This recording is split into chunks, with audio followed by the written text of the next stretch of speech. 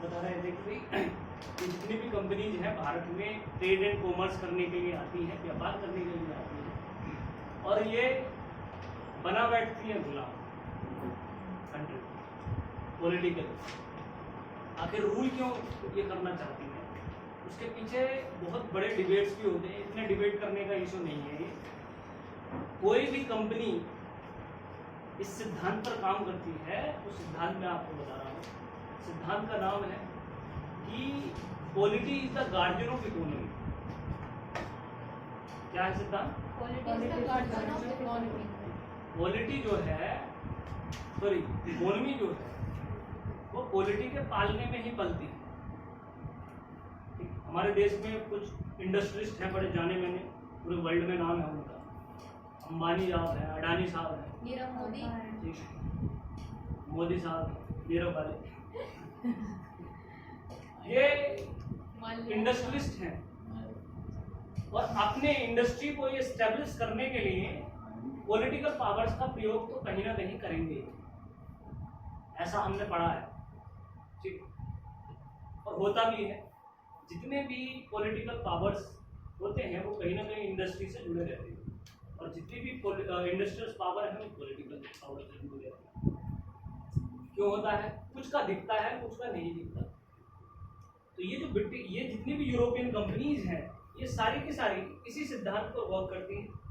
तो पहले तो ये आती हैं, ट्रेड एंड कॉमर्स करती हैं, और उसके बाद ये क्या करना स्टार्ट करती है?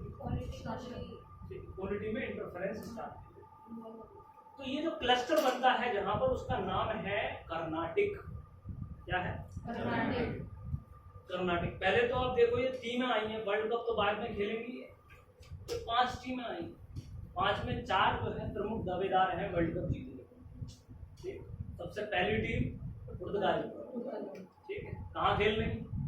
गोवा के तट, ठीक। दूसरी टीम डच, कहाँ खेल रही है? मछलीपट्टनम। तीसरी टीम ब्रिटिश। चौथी टीम कर्नाटक, फ्रांस, ठीक है, कहाँ खेल रही है? सबके सब कर्नाटक में, मछलीपट्टनम, ठीक। ये बंगाल के किनारे बसा हुआ एक शहर, तमिलनाडु के, ठीक है। अब वर्ल्ड कप तो एक ही कैंडिडेट जीतेगा, ये तो बात है, समझ रहे?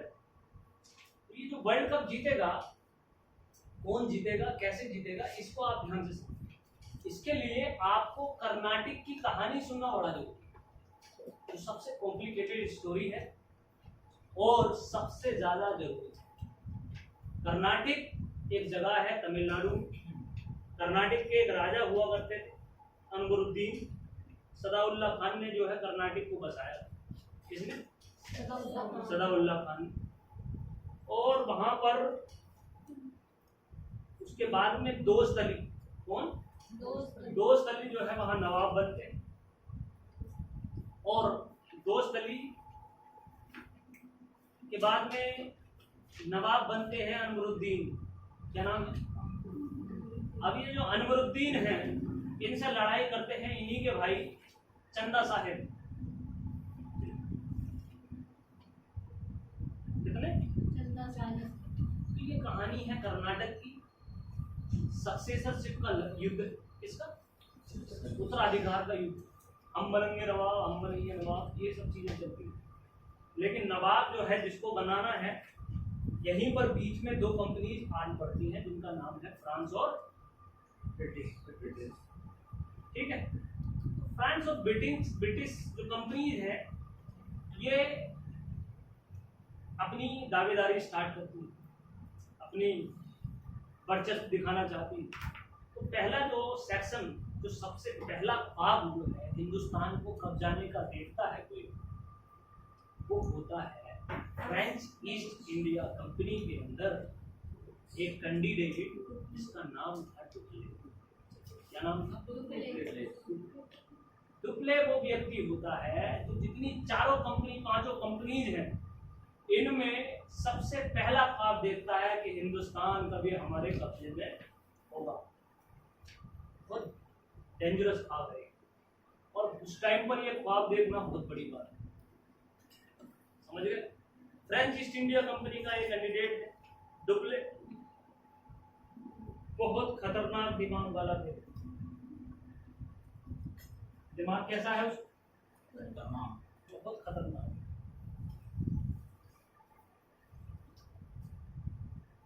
एक मिनट रुकिए। तो डुप्ले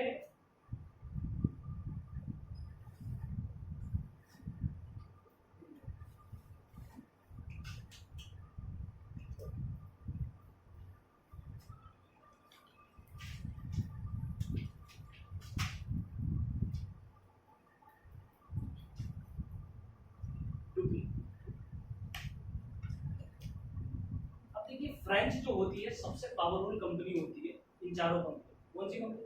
फ्रेंच। अब डुप्ले जब यहाँ पर गवर्नर बनकर आता है तो ये पूरे चांसेस होते हैं, और हम जब इतिहास पढ़ते हैं, एनसीईआरटी पढ़ते हैं, तो हमें पूरा लगता है कि कंपनी कौन जीतेगी? फ्रेंच की जीतेगी, फ्रेंच का ही कब्जा होगा इंडिया पर।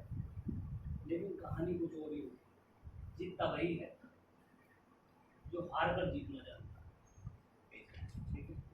इसलिए ये जो इंटरेस्टिंग फिनोमिना है वो कर्नाटिक वॉर में देखने को मिलेगा। कर्नाटिक वॉर के अंदर जो सक्सेसरशिप का लड़ाई होती है उसमें 3 युद्ध हैं जो आपको इम्पोर्टेंट है, याद रखने हैं। युद्ध नंबर पहला है बैटल ऑफ सेंट थॉमस। कौन सी बैटल? 1744 मतलब 1744 से लेकर 48 तक ये लड़ाई लड़ी गई। बैटल का नाम था सेंट थॉमस। पहली बैटल हुई है, कर्नाटक का पहला युद्ध बोला जाता है, फर्स्ट वॉर ऑफ कर्नाटक। और दूसरी बैटल हुई बैटल ऑफ अंबार या अंबेर नाम होता हो, ठीक है। तो बैटल ऑफ अंबुर या अंबार 1749 में होती है और 54 तक चलती है। और फिर तीसरी बैटल जो फाइनली वर्ल्ड कप वो साबित होती है वो ये बैटल ऑफ बांडीवास। बैटल ऑफ बांडीवास, बांडीवास जो है 1757 में होती है, 63 तक चलती है।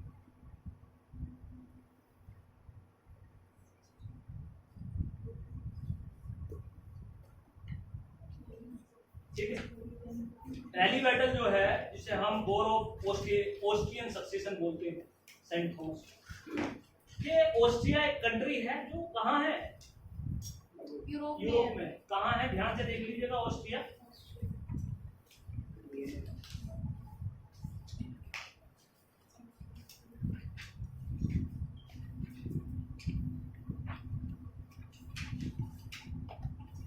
तो इसको बोला गया वॉर ऑफ ऑस्ट्रियन सक्सेशन। ठीक है। अब ऑस्ट्रिया की कहानी थी, इसी बात बैकग्राउंड। ऑस्ट्रिया का लोकेशन देखिए, जिसके कब्जे में ऑस्ट्रिया उसके कब्जे में भूमध्य सागर वाला रास्ता। क्या बोला मैंने? जिसके कब्जे में ऑस्ट्रिया उसके कब्जे में भूमध्य सागर वाला रास्ता। ठीक है। और ऑस्ट्रिया को कब्जे में करने के लिए 2 कंट्री उतारू थे, एक तो ब्रिटेन और फ्रांस। और वहां यही कश्मकश चल रही थी, और इधर ये दोनों आमने सामने कहाँ आन पड़े? कर्नाटक। कहाँ पर? कर्नाटक। तो कर्नाटक में कहाँ? मद्रास में। इंग्लिश मद्रास जो कर्नाटक में है उसमें ब्रिटिश की कॉलोनी बनी, मतलब ब्रिटिश लोग आए। और पांडुचेरी, क्या नाम है? जो वहीं पर इनकी कॉलोनी है, बसाए ही पांडुचेरी शहर जो बसाया था वो फ्रेंच ने बसाया था।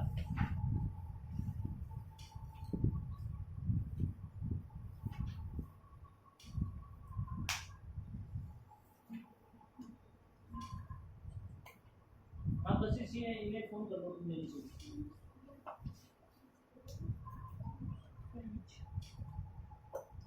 ठीक है। किसने बसाया था? फ्रेंच ने बसाया था। तो ये जो वॉर होता है वो ऑस्ट्रिया के वॉर से रिलेटेड होता है। वहां लड़ाई होगी तो ऑब्वियस है यहाँ पे भी होगी। बात समझ में आ गई? तो ये लड़ाई यहाँ पर हो जाती है कर्नाटक की, इसे सेंट थॉमस की लड़ाई भी बोलते हैं। और होता क्या है, जो पुडुचेरी का कैंडिडेट है डुप्ले, क्या नाम है उसका? डुप्ले, वो मद्रास में आकर अपनी फौज लेकर पहुंच जाता है। कहाँ? मद्रास पहुंच जाता है फौज लेकर, बोले कि लड़ाई करनी है। और फिर यहाँ का जो राजा है इस टाइम पर वो है अनवरुद्दीन। कौन है? तो अनवरुद्दीन जो राजा है वो इंग्लिश को पसंद करता था, इंग्लिश लोगों को। ब्रिटिश लोग जो है उनके पास जाते हैं, बोले आपके सरकार में ये क्या चल रहा है, ये हमारे ऊपर अटैक करने आ गए, वहाँ की लड़ाई, यूरोप की लड़ाई यहाँ लड़ने आ गए, ये कोई तरीका है? बात समझ में आई? तो ये जो है सेगमेंट होता है first battle of saint Thomas का। इसमें क्या होता है, अनवरुद्दीन से डुप्ले डील कर लेता है, इससे डुप्ले डील कर लेता है, और डील करने के बाद में कहता है कि तुम मुझे मद्रास दे दो, ठीक है, उसके बदले में मैं तुम्हें बहुत बड़े पैमाने पर इसके जो क्या कहते हैं रेवेन्यू दूंगा, ठीक है, और ये क्या दे रहे हैं आप लोगों को, इंग्लिश, इसलिए मुझे दो। तो डुप्ले यहाँ पर पहली बार डिप्लोमेसी खेलता है सेंट थॉमस के बैटल में, और वो कामयाब हो जाता है। क्या हो जाता है?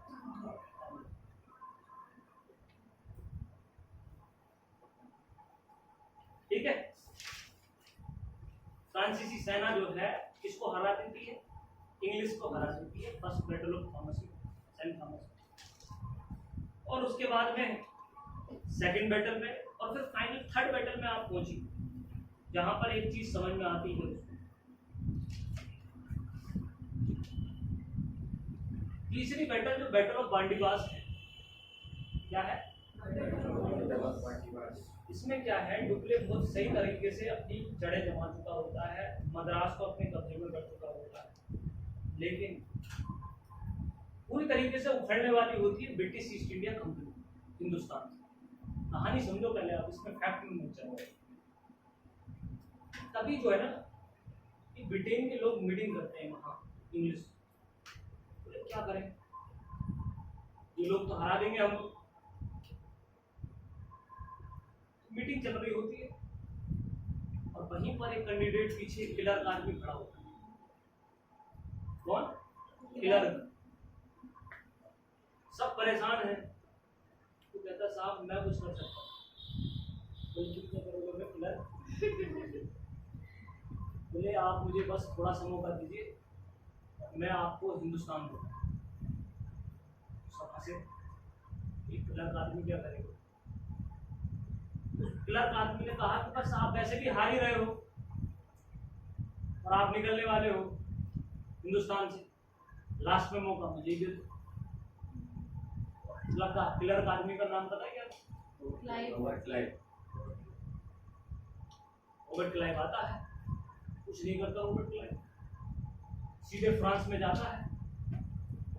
फ्रांस, और फ्रांस में जाने के बाद में फ्रांस की गवर्नमेंट के जितने भी ऑफिसर हैं, आईएएस वाईएएस, ये सब भर भर के पैसा देता है। बोले साहब डुप्ले का ट्रांसफर करो। फ्रांस ईस्ट इंडिया कंपनी जो है सरकारी कंपनी, कैसी कंपनी? क्वेश्चन बहुत इंपॉर्टेंट है। पब्लिक सेक्टर कंपनी है, और ये जो कंपनी है ब्रिटिश ईस्ट इंडिया कंपनी, ये कैसी है? ये प्राइवेट कंपनी है। और पब्लिक सेक्टर कंपनी में तो तुम्हें पता ही, रिश्वत और ट्रांसफर। तो डुप्ले ने, सॉरी क्लाइव ने वो चीज समझी जहां से वो उसे हरा सकता था, और इतना पैसा लुटाया उसने। बोले अगर तुम्हें हिंदुस्तान चाहिए तो जस्ट मैं जैसे बोलता हूँ वैसा भी। और उन अधिकारियों ने डुप्ले का क्या कर दिया? ट्रांसफर। तो डुप्ले का ट्रांसफर हुआ, पूरी की पूरी ब्रिटेन की जनता और पूरी की पूरी फ्रांस की जनता दहल गई। बोले ब्रिटेन डुप्ले का ट्रांसफर हो? बोले हाँ हो गया। और यही फ्रांस की सबसे बड़ी गलती। फिर क्या था? कुछ नहीं, डुप्ले ही था वो व्यक्ति जो जिता सकता था, और डुप्ले को ही हटा दिया। ठीक है, युद्ध कौन जीता? लास्ट बैटल जिसे हम बोलते हैं बैटल ऑफ बांडीबास, ठीक, थर्ड कर्नाटिक वॉर है, आउटस्टैंडिंग वॉर है, डुप्ले को आउट कर दिया। और इसमें जो है किसका वर्चस्व लहर गया? बहुत बुरा मारा हमने फ्रेंच, और फ्रेंच सिर्फ 3 जगह सीमित रह गई। वही पौंडीचेरी, कौन सी जगह, बाकी आउट। और आप देखेंगे उसके बाद से फ्रांस की कोई कंपनी भारत में जो है एक्सपेंशन नहीं, पौंडीचेरी की जगह पर। पौंडीचेरी जो है 4 जगह है जहाँ तक उम्मीद है आप लोग को बताया। नाम बताइए पौंडीचेरी किस किन जगह, किन किन डिस्ट्रिक्ट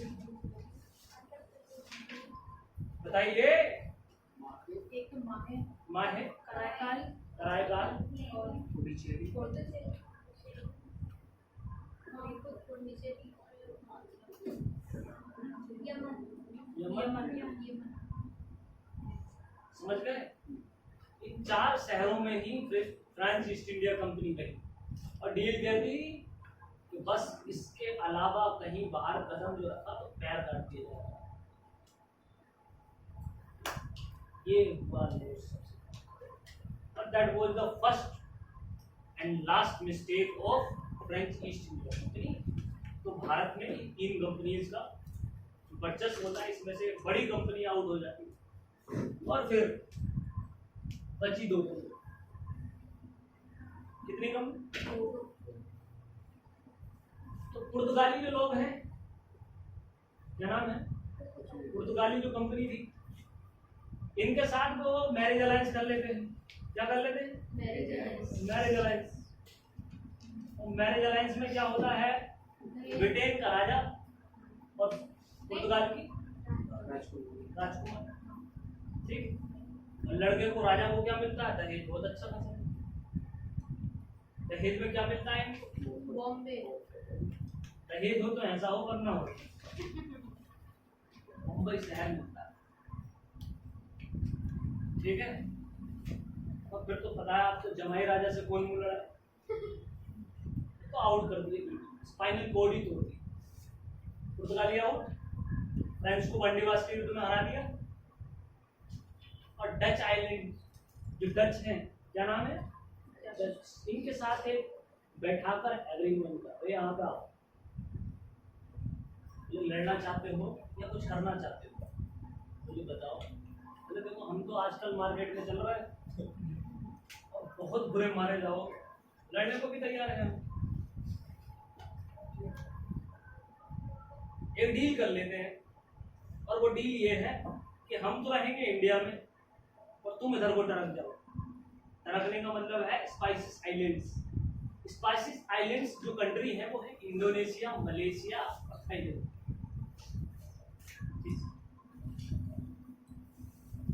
इंडोनेशिया, मलेशिया है, थाईलैंड। आप लोग कैसे गड़बड़ कर रहे हो? नेटवर्क प्रॉब्लम हो रही है?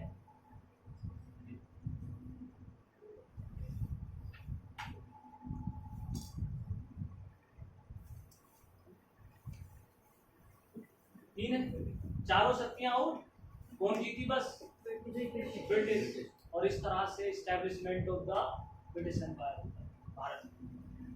पहले जो है आप अपने कॉम्पिटिटर को हटाते हो, उसके बाद में आप आगे कुछ कर पाते हो, ठीक है। तो ब्रिटेन ने जो है सबसे पहले अपने आप को एस्टैब्लिश किया। और 1756 में रॉबर्ट क्लाइव कहाँ शिफ्ट हुए? बंगाल। बंगाल में बड़ी हलचल चल रही थी। अब ये जो बंगाल है, ये बंगाल किस नदी पर बसा है? हुगली नदी पर बसा। तो बंगाल में जो है एक शहर बसाया जाता है जिसको हम बंगाल कहते हैं आज की डेट में, सॉरी कलकत्ता। और यहाँ पर नवाब है, नवाब सिराजुद्दौला। कौन है? बहुत शानदार राजा, मगर इम्पेशेंट। कैसा? ये 2 चीजें बहुत इंपॉर्टेंट है। राजा का और इंटेलेक्चुअल का सबसे गंदा गुण टू बी इम्पेशेंट, सबसे खतरनाक गुण।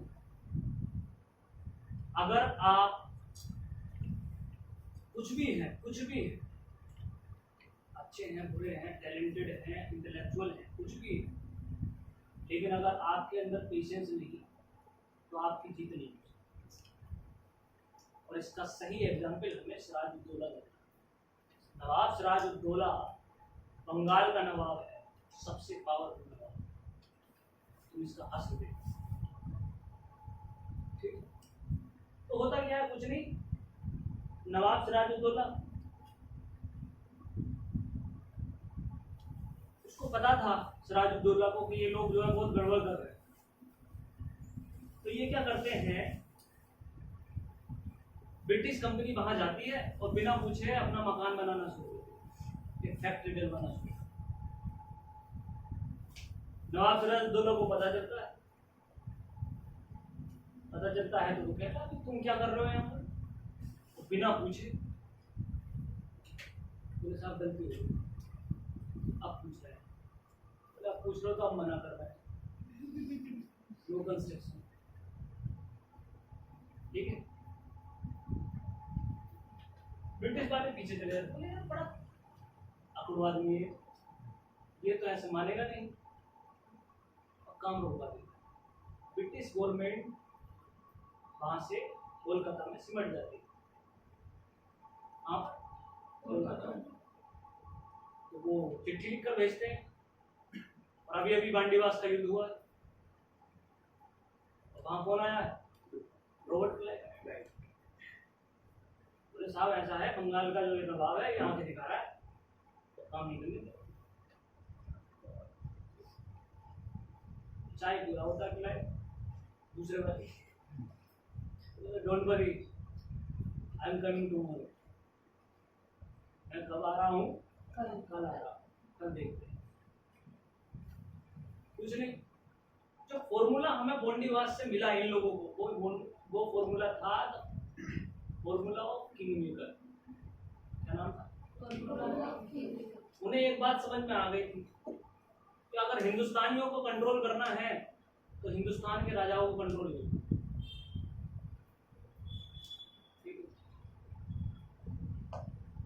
हाँ, समझ रहे? उन्होंने एंट्री मारी और फिर जाते उन्होंने कह दिया बताओ भाई कौन राजा बनना चाहता है, समझ गए? उसे एक बात पता चल गई थी, this India is belongs to the Vibhishan, कि भारत किससे बिलोंग करता है, विभीषण। हाँ पढ़ा है विभीषण, बस विभीषण पहचान लो, उसे अपनी तरफ ले डालो और जीत तुम्हारी पक्की है। Robert Clive entered in Bengal और रॉबर्ट क्लाइव ने सबसे पहला डायलॉग बोला, बताओ भाई किस किस को राजा बनना। लोग बहुत भागे चले आए, बोले मुझे पता। पहला नाम था मीर जाफर। क्या नाम था? I want to be a nawab. बोले ठीक है साहब, तुम्हें बना देंगे। दूसरा कैंडिडेट ओमी चंद, हिंदू की तो कम थोड़ी ना, ओमी चंद। अभी ओमी चंद बोले हमें जो है ना सारी की सारी जमींदारी दे दी, जमींदारी ओमी चंद। दूसरे विभीषण। फिर हैं Jagat Singh, these are the भिखमंगे। ये तीन कैंडिडेट जिसकी वजह से एंट्री होती है ब्रिटेन की, कहाँ? बंगाल में। बोले ऐसा है, युद्ध कर रहा है वो लड़का नवाब, क्या नाम है उसका? तुम्हें सब कुछ मिल जाएगा, लेकिन तुम्हें बस एक ही काम करना, उसे खत्म करना, और उसके सारे के सारे राज हमें बताना, और वो फौज तैयार करके चलता है। अब मैं आपको बैटल ऑफ प्लासी के बारे में कुछ बताऊं, 1757। This battle is very very important. 1757। इससे पहले की फिल्में मैं आपको बता देता हूँ। 1739 द बैटल ऑफ करनाल, 1739 सबसे शानदार बैटल, जिसमें नादिर शाह आया और भारत को बहुत बुरी तरह से लूटा, मारा काटा, और उसके बाद में वो चला गया। बैटल ऑफ करनाल का जो कॉन्सिक्वेंस है वो बहुत बड़ा है। पहला कॉन्सिक्वेंस ये हुआ कि सबको पता चल गया कि मुगल सत्ता खत्म। क्या? दूसरा सबसे बड़ा फैक्टर ये पता चला कि यहाँ की बहुत बड़ी बेट जो है चली गई है। पीकॉक थ्रोन, मयूर सिंहासन जिसे बोलते हैं, वो दूसरा नाम उर्दू में इसका तख्ते तौस क्या है, वो चला गया। और तीसरी चीज जो आज तक इसके लिए हम तरसते भारत का नूर चला गया, क्या नाम था उसका, कोहिनूर का। ये तीनों चीजें कौन लूट के ले गया, 1739 नादिर शाह, बैटल ऑफ करनाल। कोई बात नहीं, कमर टूट चुकी है, आप कोमा में भर्ती हो। इससे एक कैंडिडेट आता है 1756 अफगानिस्तान से आता है अहमद शाह अब्दाली। क्या है, याद रखना, नादिर शाह ईरान से आता है, पर्सिया से। और जब जो लूट के जाता है तो अगले 4 साल तक नादिर शाह किसी से टैक्सेशन नहीं देता, इतना लूटता है। घोड़ों पर जाता है माल भरे। Battle of Panipat, third battle of Panipat. Third battle कितने बजे से है, किस चीज का है, all the best. Battle of Panipat 1756, Ahmad Shah Abdali और उधर बाजीराव मस्तानी, मतलब सदाशिव राव बाजीराव,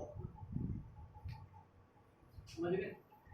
1756 ईस्वी, बच्ची खुशी का सब कुछ हो जाए, वो भी लूट के चला जाता। पानीपत की थर्ड बैटल। अहमद शाह कौन सा आता है सर ये?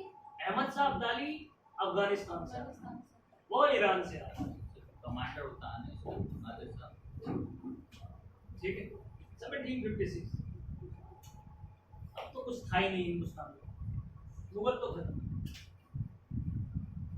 1756 के बाद में जब लूट मची रही थी तो ये लोग भी अपने सेट हो गए, बोले बांडीबाज कर लो, वर्ल्ड कप कौन जीतेगा। वर्ल्ड कप समझ क्या है, वर्ल्ड कप इज इंडिया, इसके हाथ में कब्जा हो गया इंडिया का, उसी के हाथ में world cup.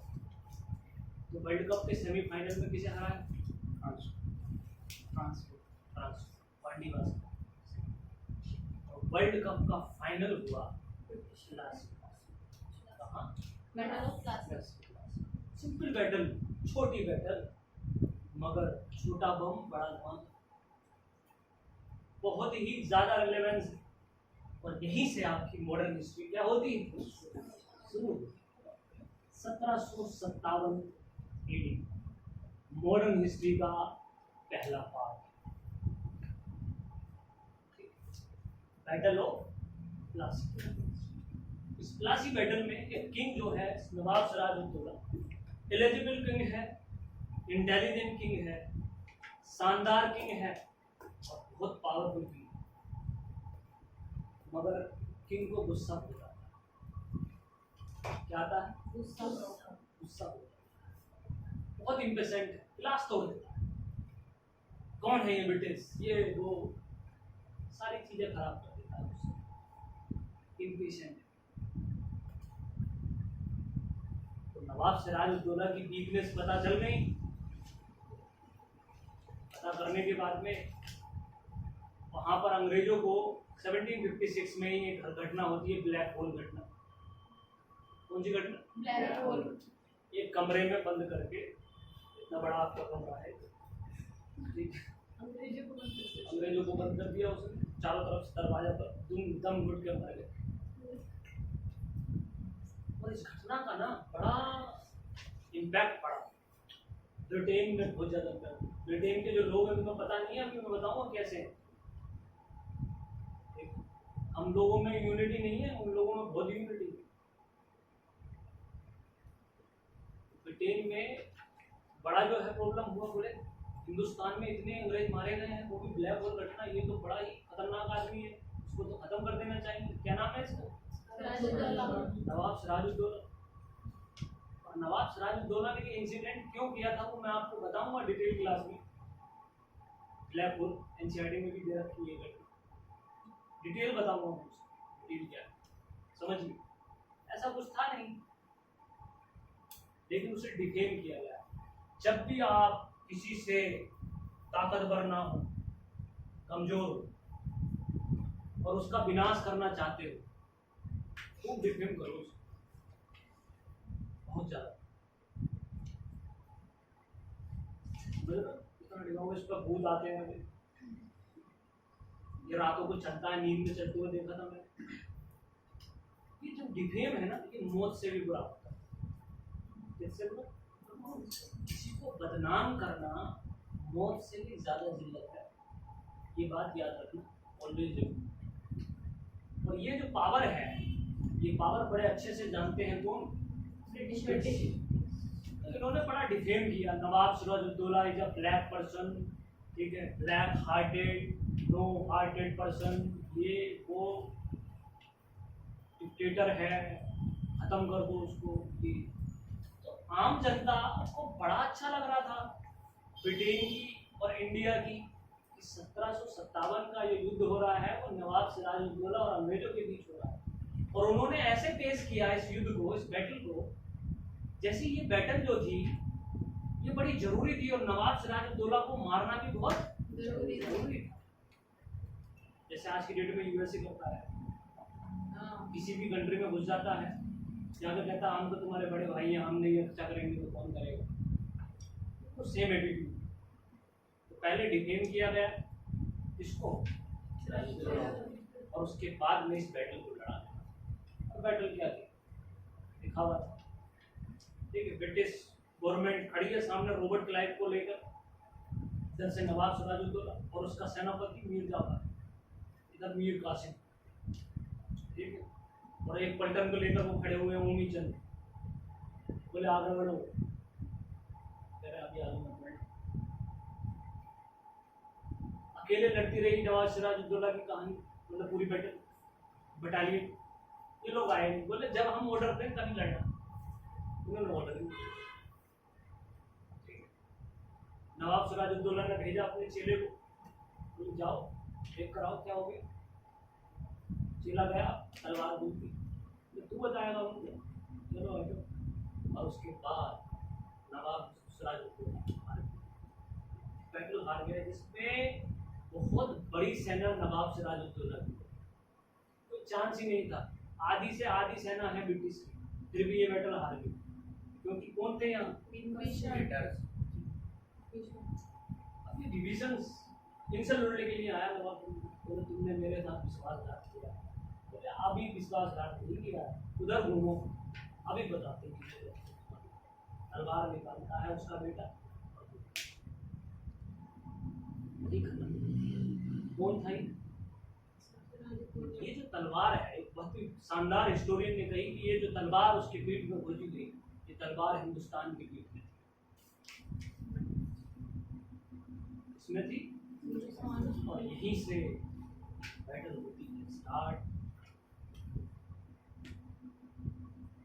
Modern history, modern history की जो कहानी है वो 1757 की बैटल से स्टार्ट जो होती है, वो इसलिए होती है क्योंकि एक ऐसा युद्ध था जिसमें कोई चांस ही नहीं कि ब्रिटिश गवर्नमेंट जीत जाए, लेकिन जीतती है। और जीतने के बाद सीधे बंगाल का गवर्नर रॉबर्ट क्लाइव, क्या आदमी है ये। मेन फ्रंट हेडलाइन में छपती है पहली, a cook, a clerk became a governor of Bengal. Name Robert Clive. Motivational story of the Robert Clive.